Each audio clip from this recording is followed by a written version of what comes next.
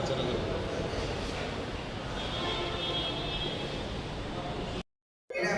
এটা তাদের ব্যর্থতা, এটা তাদের একটা পরাজয়।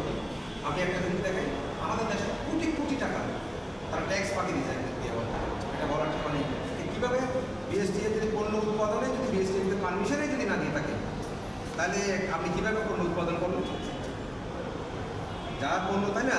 তাহলে আপনি কীভাবে উৎপাদন করলেন? বিএসটি যদি পারমিশন দেয় না, তাহলে আপনি পণ্য উৎপাদন করতে পারেন, আপনি লাইসেন্স প্রাপ্তির পর আপনি ব্যবসা করেন, সুস্পষ্টভাবে লেখা আছে।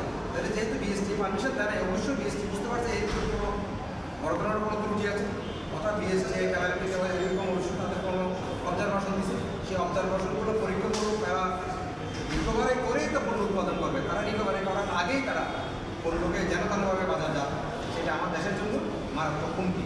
এবং নিরাপদ খাবার জন্য অনিরাপদ খাবার, এবং আমি ওই খাবারগুলো এই পণ্যগুলো অনিরাপদ মনে করি এবং আশা করি আদালতে তারা আজকে যে অভিযানের নামা প্রদান করে গেছে সেটাতে তারা যথাযথভাবে।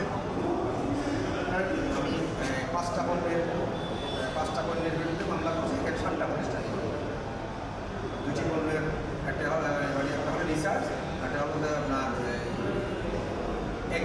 আপনার এসএমজি, তারা হলো 2জন করে আসে, আরগুলো হলো প্রত্যেকটা একজন করে আসে।